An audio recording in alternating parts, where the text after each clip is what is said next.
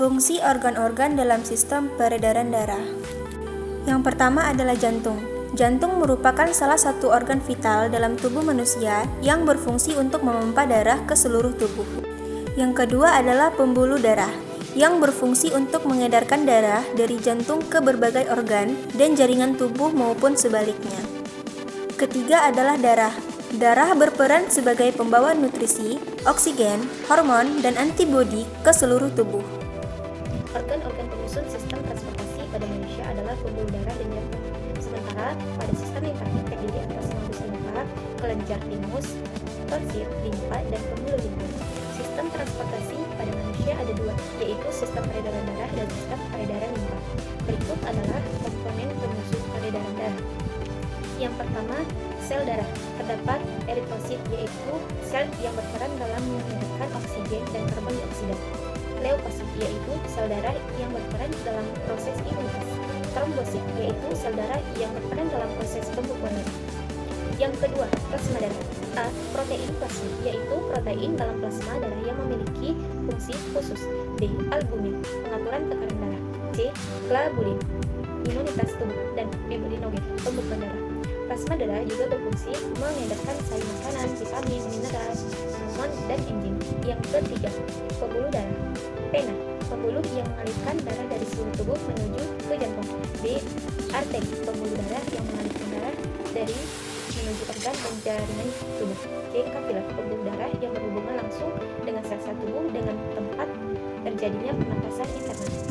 4. Jantung, komponen organ yang berperan memompa darah. Sementara komponen penyusun sistem limfatik antara lain nodus limfa, organ berbentuk oval yang berfungsi sebagai tempat berkumpulnya pembuluh limfa dan penghancur partikel asing dalam tubuh. D. Kelenjar timus, organ yang berfungsi menghasilkan sel T yang berperan dalam proses imunitas.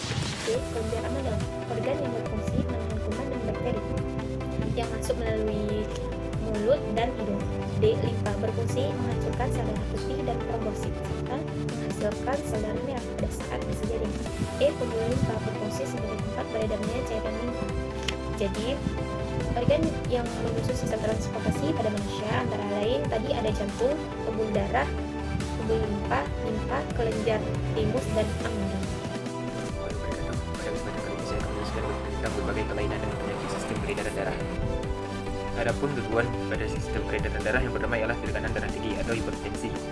Tekanan darah adalah pengukuran seberapa banyak kekuatan yang digunakan untuk memompa darah melalui pembuluh arteri. Jika kamu memiliki tekanan darah tinggi, disebut juga hipertensi. Itu berarti kekuatannya lebih tinggi dari yang seharusnya.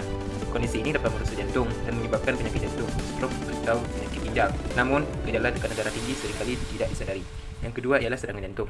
Serangan jantung terjadi ketika jantung tidak mendapatkan cukup pasokan darah, misalnya karena penyumbatan pada arteri. Kondisi ini dapat merusak otot jantung dan merupakan keadaan darurat medis. Segera cari bantuan medis jika mengalami gejala serangan jantung, seperti nyeri di bagian tengah atau kiri dada, nyeri yang menyebar dari rahang, bahu, lengan atau di punggung, sesak napas, berkeringat, mual, dan detak jantung tak teratur. Wanita sering mengalami serangan jantung sedikit berbeda, dengan tekanan atau nyeri di punggung dan dada. Yang ketiga ialah stroke.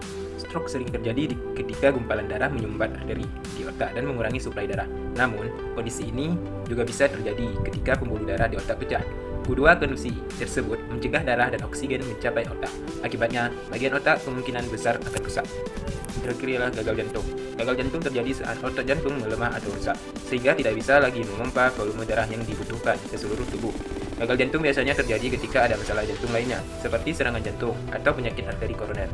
Gejala awalnya termasuk kelelahan, bengkak di pergelangan kaki, dan peningkatan kebutuhan untuk buang air kecil di malam hari. Gejala yang lebih parah termasuk nafas cepat, nyeri dada, dan pingsan. Mungkin sekian yang dapat saya jelaskan lebih kurang. Pentingnya sistem peredaran darah pada manusia agar oksigen dan sari-sari makanan dapat disalurkan ke seluruh organ tubuh. Sebelum mengetahui sistem peredaran darah pada manusia, kita harus mengetahui organ-organ sistem peredaran darah pada manusia. Organ sistem peredaran darah pada manusia yang pertama adalah jantung, kedua pembuluh darah, dan ketiga darah. Jantung berukuran sebesar genggaman tangan pemiliknya. Jantung terletak di bagian rongga dada sebelah kiri. Jantung berfungsi untuk memompa darah ke seluruh tubuh. Gambar jantung contohnya seperti ini. Jantung memiliki 4 ruang.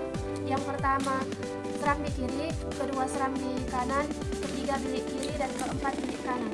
Cara kerja jantung yang pertama di laki-laki, di mana otot jantung mengendur seakan jantung mengembang. Yang kedua, proses kontraksi, di mana otot jantung menegang dan jantung seakan menguncup. Pada saat proses relaksasi, darah masih berada di bilik, sedangkan pada proses kontraksi, darah sudah menuju ke katup. Yang pertama, pembuluh darah arteri atau pembuluh darah nadi, yaitu pembuluh darah yang membawa darah ke jantung. Di sini yang paling besar ada aorta. Selanjutnya ada arteri atau pembuluh darah nadi, dan pembuluh darah kapiler merupakan pembuluh darah yang paling kecil. Biasa pembuluh darah kapiler menyalurkan darah ke organ-organ tubuh. Selanjutnya ada pembuluh darah balik yang fungsinya mengantarkan darah kembali ke jantung. Selanjutnya ada pembuluh darah arteri pulmonalis, adalah pembuluh darah yang mengalirkan darah ke paru-paru.